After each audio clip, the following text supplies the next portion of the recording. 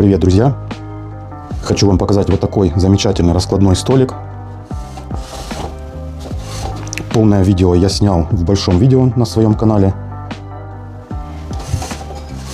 Кому интересно, смотрите.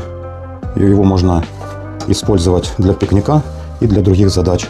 Он легкий, алюминиевый, легко собирается, легко переносится в небольшой сумочке. Кому интересно, переходите на канал, смотрите полное видео. Ссылку на него я оставлю в описании. Пока.